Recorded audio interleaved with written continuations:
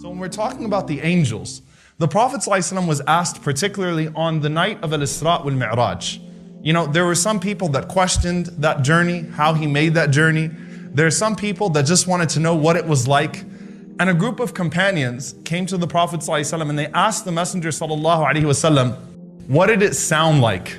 You know, what did you see and what did it sound like? I mean, as you're traveling through these galaxies with rapid speed, what is it that you heard out there?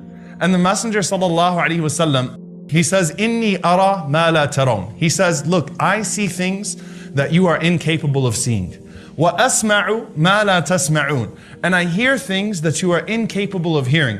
He says, Inna as-sama'a attat. He said the heavens are creaking. Attat means they are shaking violently. Wa huqqa laha an ta'it. And there's a reason why the sound of it is like it's shaking violently. The Prophet ﷺ, he said, because there isn't a space of 4 fingers except that there is an angel that has been created in prostration to Allah subhanahu wa ta'ala that is doing nothing but declaring His praises. So he described the sound of vibration. Okay, I want you just to listen quickly to what it sounds like in outer space. NASA actually had a recording from outer space they put up 16 years ago, right before the turn of the millennium.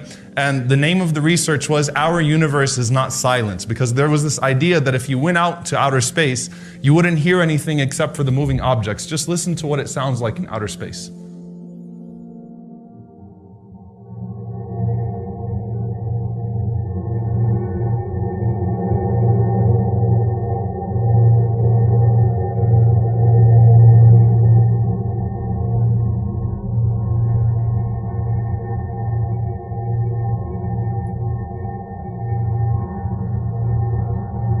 Obviously, you know, that's good enough. You guys can't hear everything, but if you get a chance to listen to it, it's actually quite breathtaking. And actually one of the researchers who published that research said that it sounds like 1 billion men doing Gregorian chants all simultaneously at the same time. SubhanAllah.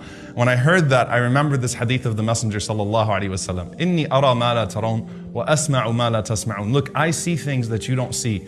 And I hear things that you don't hear. And that's a sign of hope for us as well, because we're always paranoid about jinn being everywhere and shayateen being everywhere. The number of angels compared to the number of jinn is dramatically different. There's a huge difference between how many angels there are out there and how many jinn and devils there are out there. So this is a magnificent creation, the malaika. Belief in them is the second pillar of our faith. And subhanAllah, Ibn al-Qayyim rahimahullah, he says the reason why it's the second pillar of our faith is because of Jibreel alayhi salam.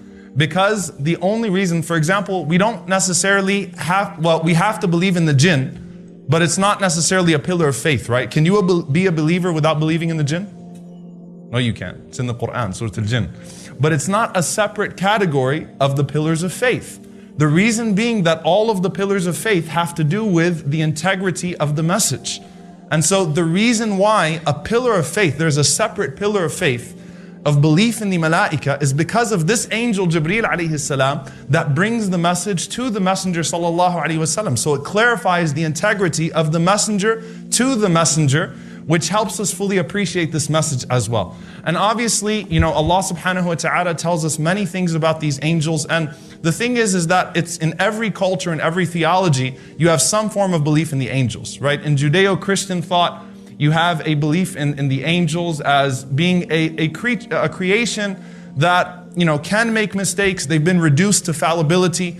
They can fall. So you have a concept of dark angels, Lucifer, the devil. And in fact, they don't actually separately believe in a category of jinn. They're simply demons and dark angels. So they do have that category. They do have that belief. And within Christianity, you'll find many different beliefs about who the specific angels are and what their roles are. So for example, in Mormonism, Gabriel is Nuh alayhi salam. He's actually Noah, right? So you'll find different beliefs as to who they are within Christianity and within Judaism. You'll find that in Judeo-Christian thought as well, the angels are created from fire, whereas the Prophet ﷺ told us they're created from what? From light. And that excludes all forms of impurity. And As-Suyuti rahimahullah says, Allah chose to create them from the most beautiful creation, which is light, because that is what He chose to create His hijab from, His veil. As the Prophet ﷺ said, Allah speaks from behind a veil of light. So it's the most beautiful creation, and it excludes all forms of impurity.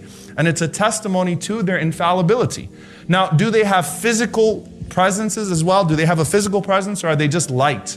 Right? They do have a physical presence. And they have a pretty dominating physical presence. Right?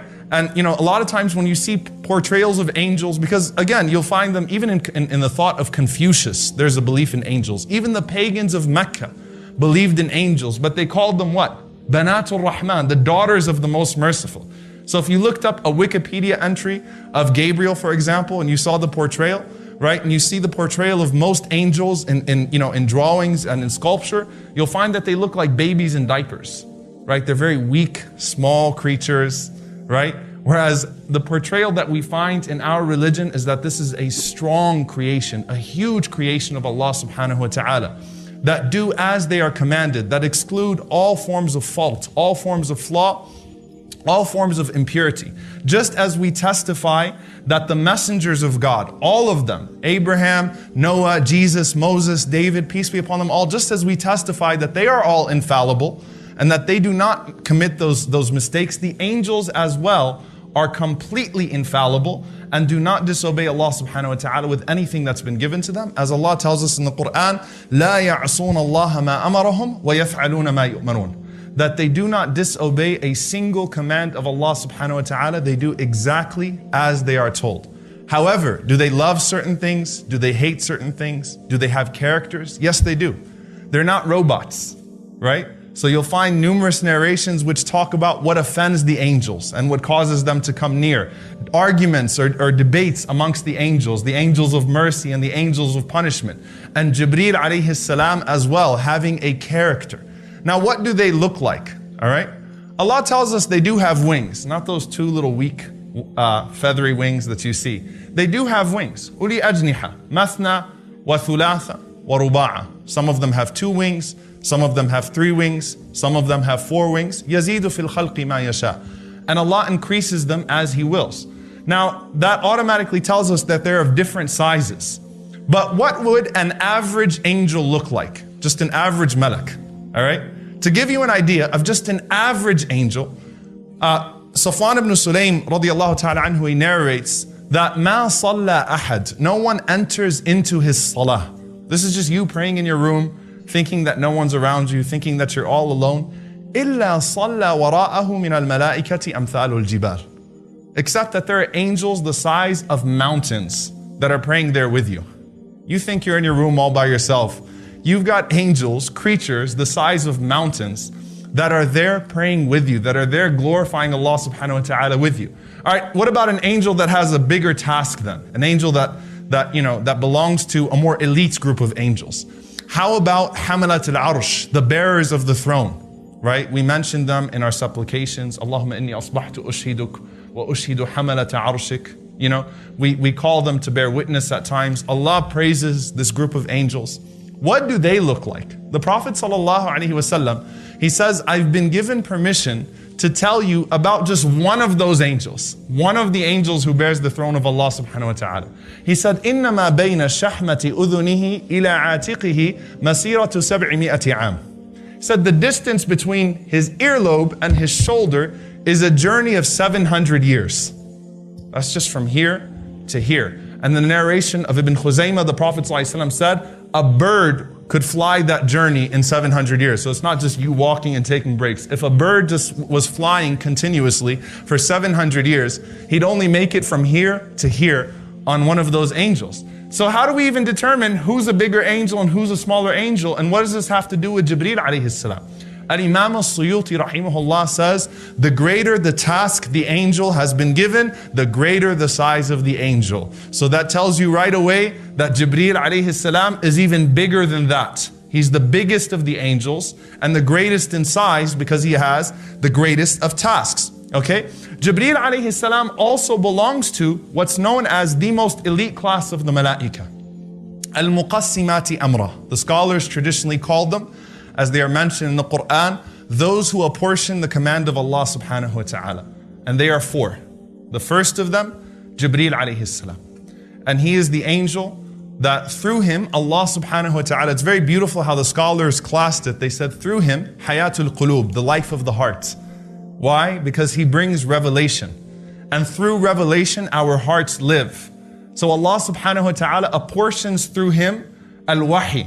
Okay, so each and every single prophet that received the revelation received it from Jibreel alayhi salam.